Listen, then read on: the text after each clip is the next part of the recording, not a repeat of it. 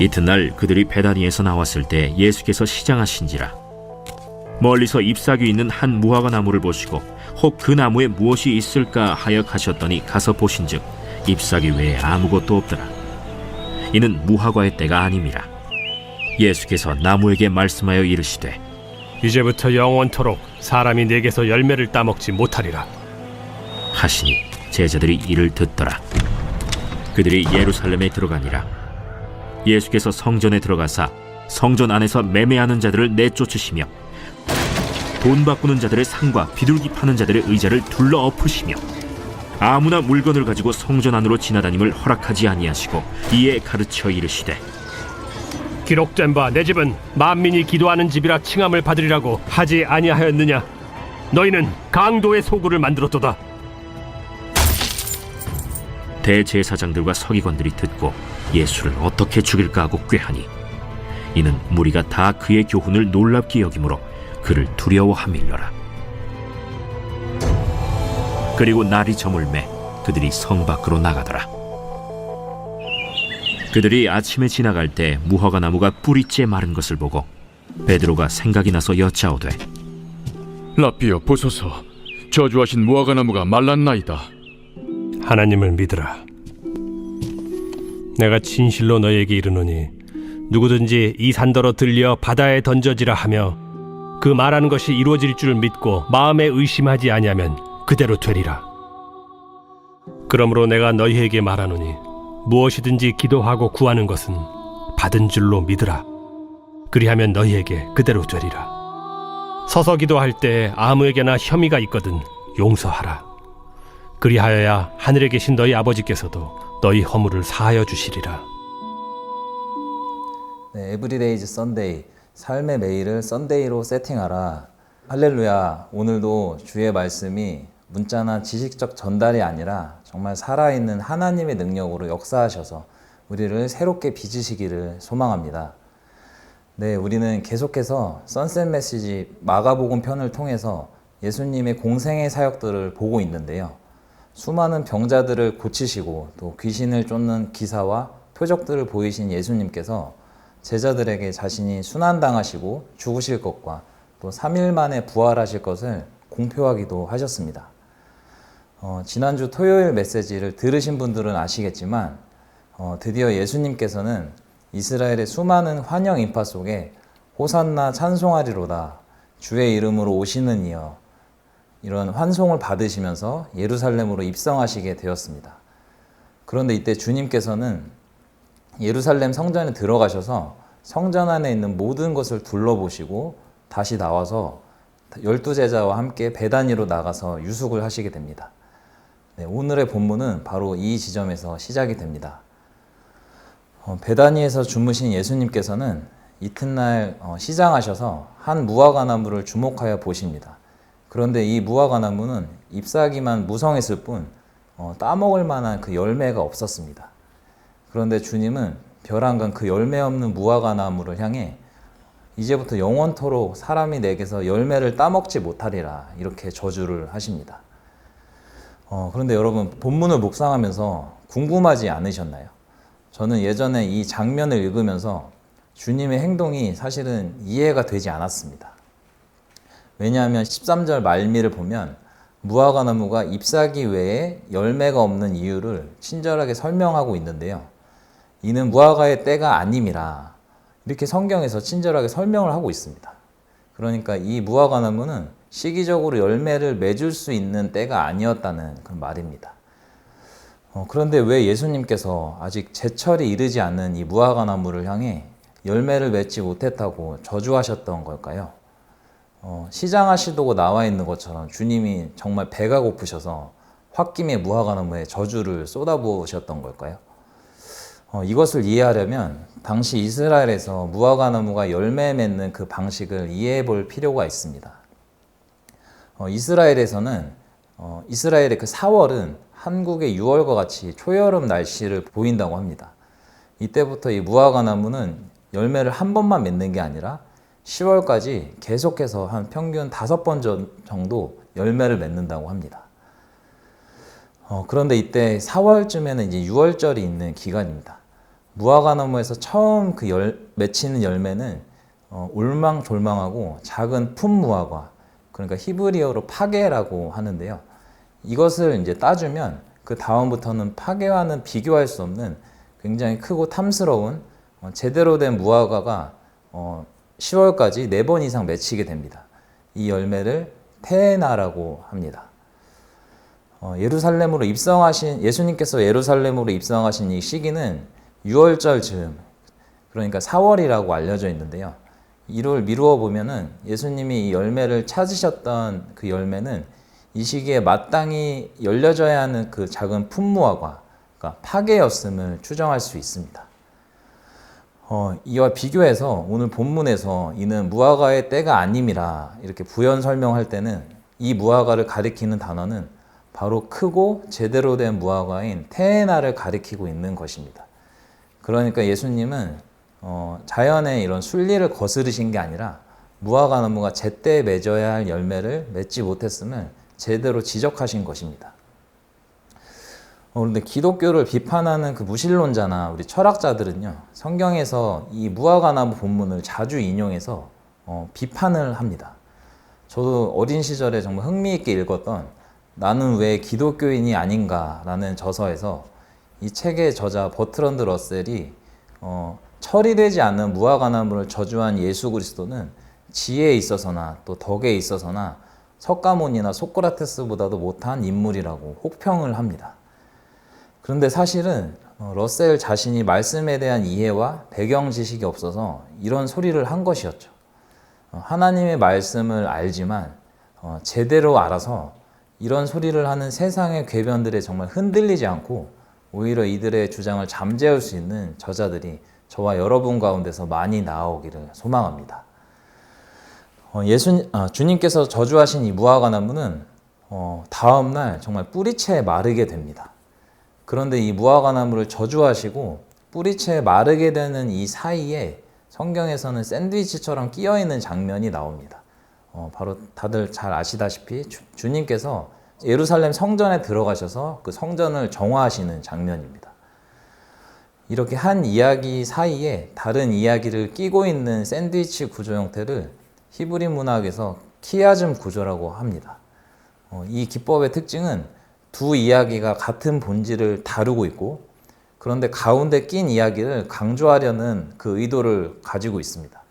그러니까 무화과나무 기사와 예수님의 성전 정화 기사는 같은 본질을 다루고 있는데요. 이를 통해서 성경이 진짜 강조하고 싶었던 것은 가운데 낀 성전 정화 기사라고 볼 수 있습니다. 자, 무화과 나무를 저주하신 예수님께서는 곧장 예루살렘 성전 안으로 들어가십니다. 그런데 정말 놀라운 장면이 펼쳐지죠. 주님께서는 이 성전 안에서 장사하는 자들을 다 내쫓으시고 또 돈을 바꾸는 자들의 상과 비둘기 파는 자들의 의자를 엎으시며 이들을 화냄에 내쫓으십니다. 주님께서 이들을 향해 내 집은 만민이 기도하는 집인데 너희는 이곳을 강도의 소굴로 만들었다 이렇게 강력하게 지적하고 계십니다. 이미 알고 계실 텐데요. 예루살렘 성전은 매 절기 때마다 정말 열방의 예배자들이 와서 그 무리들이 몰려들어 예배하는 곳이었습니다. 예루살렘 주변에 있는 그 부자들은 제단에 바칠 제물을 가져오는데 결코 무리가 없었습니다. 반면에 이제 정말 수백 킬로, 수만 킬로, 수천 킬로 이렇게 먼 거리 고향에서 그 제사에 쓰일 동물들을 가져오는 예배자들은 예루살렘으로 이동하면서 그 동물들의 흠이 생기고 또 상처가 생겨나기 때문에 성전에서 정말 매점매석하고 있는 그 유대인들이 야, 이 동물은 제사하기에 부적합해 하면서 계속해서 딴지를 걸고 또 성전 안에서 제물에 쓰일 동물을 정말 터무니없는 높은 가격에 판매했던 것이죠.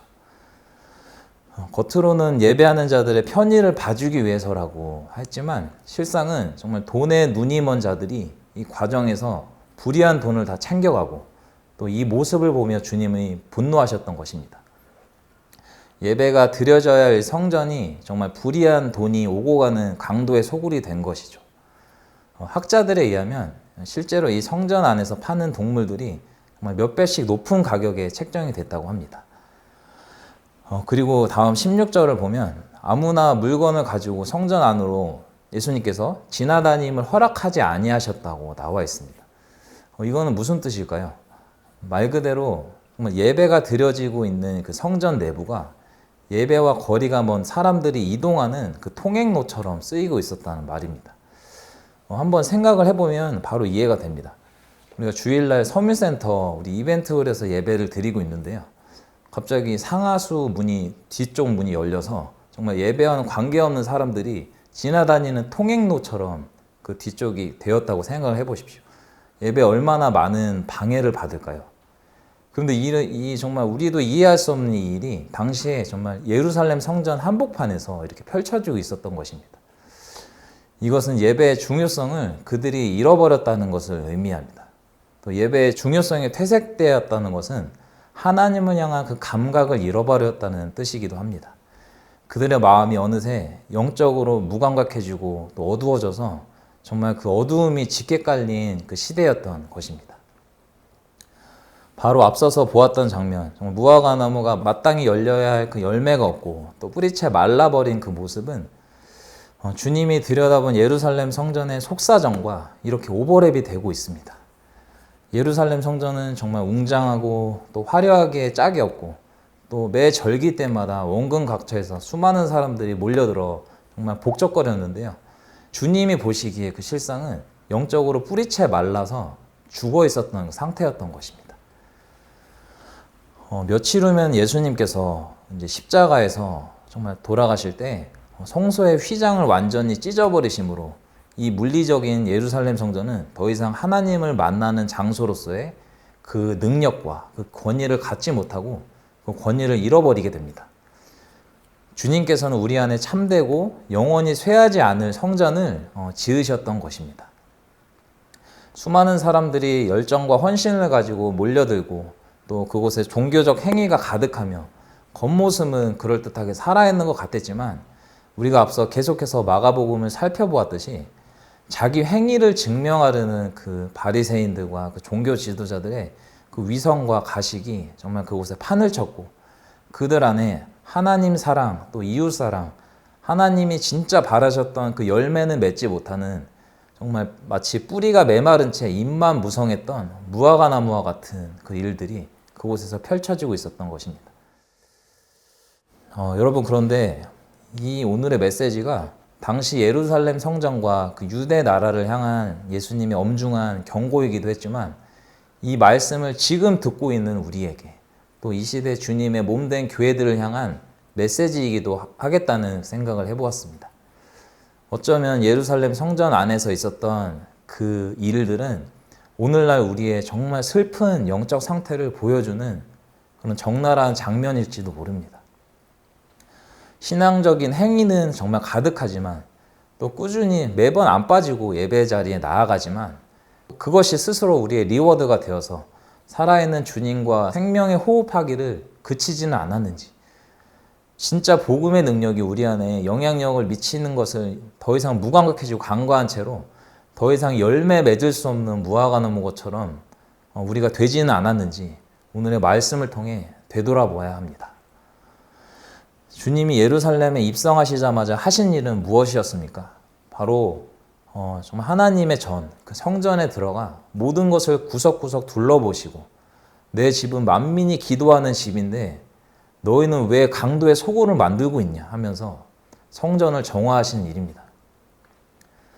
그 예루살렘 성전을 둘러보셨던 주님께서 오늘 우리의 내면을 유심히 둘러보고 계십니다. 그리고 우리의 내면을 정화하기를 원하십니다. 우리의 신앙의 행위는 그럴듯해 보이고 남들에 보이기에는 정말 그럴듯한 모습으로 신앙생활을 하고 있지만 또 열심도 내고 있지만 우리가 정말 하나님께서 우리에게 주신 사역의 자리에서 열심을 내고 있지만 실상은 생명의 근원 되신 주님과 계속해서 멀어지고 있고 주님과 연결되어 있지 않은 상태. 우리의 인격은 또한 바뀌지 않습니다. 하나님을 정말 몇 년, 수십 년 믿었다고 했지만 우리의 인격은 그대로이고 말과 행실도 그대로이고 우리의 가치관도 그대로이고 도대체 예수님을 믿으면서 내 안에 무엇이 바뀌었는지 그 열매를 우리가 발견하지 못한다면 사실은 하나님을 위한다면서 실상은 하나님 반대편에 가 있는 그러한 모습이지 않을까 생각을 해보게 됩니다. 뿌리부터 말라있는 우리의 모습을 드러내시고 다시 본질부터 회복하기 원하시는 주님의 뜻과 음성을 오늘 우리가 듣기를 원합니다. 다윗의 6걸음은 하나님 앞에 이런 본질을 추구하는 그 과정을 함께 가지고 있습니다. 하나님 앞에 설 때에 매번 0에서 다시 시작하는 그 은혜, 나의 보상을 쌓는 과정이 아니라 또한 그 과정의 개연성과 또 연속성이 이끄는 사역의 걸음이 아니라 늘 하나님의 뜻에 주파수를 맞추고 또 그분이 인도하시는 걸음, 우리의 생명의 근원이신 하나님과 연결되어 우리의 영혼에 또 우리의 삶 속에 주님이 진정 원하시는 열매 맺는 삶, 오늘도 그렇게 우리 자신을 돌아보며 하나님 앞에 나아가시는 하루 되시기를 주님의 이름으로 축복합니다. 오늘 말씀의 말미에서 주님은 하나님을 믿으라 이렇게 말씀하고 계십니다. 믿되 무엇을 믿느냐 너희가? 제발 하나님을 믿으라는 것입니다. 믿으면 여러 종류가 있는데요. 나 자신을 믿는 게 아니고 또 정말 마일리지 쌓듯 쌓아온 나의 그 신앙적 행위를 든든하게 믿는 것도 아니고 또 나의 신앙적인 포지션을 믿는 것도 아니고 나의 자격을 믿는 것도 아니고 믿음의 뿌리가 되어야 할 대상은 오직 하나님이시라는 것입니다. 오늘 무화과나무의 뿌리가 말라 죽고 또 성전이 그 난리가 난 원인이 무엇이냐? 정말 너희의 믿음이 없어서야. 너희가 잘 믿었다고 생각했겠지만 실상은 하나님을 믿지 못한 것이야. 정말 너희 안에 믿음이 있는지를 점검해봐. 믿음에는 언제나 대상이 있어. 그 대상이 하나님이신지를 늘 점검해. 그렇게 너희 안에 진정한 회복이 임하며 너희 삶 속에 그에 합당한 열매를 맺기를 진심으로 원한다. 오늘 주님 앞에 이러한 음성을 듣는 또 저와 여러분이 되시기를 축복합니다. 네, 이 시간 함께 말씀을 가지고 기도하시겠습니다. 사랑하는 주님, 정말 오늘 우리에게 들려주신 이 말씀을 정말 엄중하게 그러나 겸손한 심령으로 받기를 원합니다. 주님은 정말 유대 종교 지도자들과 그 백성들을 향해 말씀하셨지만 이 시대 우리 교회들을 향해 또 주님의 성전인 우리 자신을 향해 말씀하고 계신 것을 이 시간 느낍니다. 우리 안에 정말 신앙의 껍데기만 남는 것을 지극히 경계하고 또 경계합니다. 신앙적인 행위가 또 우리의 신앙적인 자격과 우리의 자리가 결코 구원의 보증수표가 될 수 없음을 인식하면서 또 정말 우리 자신은 우리의 수원지가 되시는 우리 주님과 정말 긴밀히 연결되어 있는지, 우리의 신앙은 정말 믿음의 대상이신 하나님을 정말 바라보고 있는지, 또 우리의 인격은 정말 주님을 닮아 점차적으로 변화하고 있는지 늘 하나님 앞에 점검하며 우리의 열매를 점검하며 또 살아갈 수 있기를 기도합니다. 뭐잖아 주님이 우리에게 그 열매를 찾으실 것입니다. 그럴 때 정말 주님께 드릴 만한 그 열매가 있는 우리의 인생 되기를 기도합니다. 또 이 땅의 교회들이 되기를 기도합니다. 또 이 땅의 모든 가정들이 되기를 주님 기도합니다. 또 이 나라와 이 민족이 되기를 기도합니다. 오늘도 성전인 우리의 마음 가운데 찾아오시는 주님, 우리의 내면을 깨끗이 정화하여 주시옵소서. 정말 어린 양 되시는 주님의 보혈의 능력으로 모든 더러운 것들을 깨끗이 씻어 주시옵소서. 결코 주님께서 정말 그렇게 지적하셨던 강도의 소굴로 우리의 마음을 만들지 않고 방치하지 않고 하나님을 예배하되 제대로 예배하는 거룩한 예배의 처소로 우리의 심령이 빚어질 수 있도록 주님 우리와 함께하여 주시옵소서. 살아계신 주님 감사합니다. 이 모든 말씀 예수 그리스도의 이름으로 감사하며 기도했습니다. 아멘.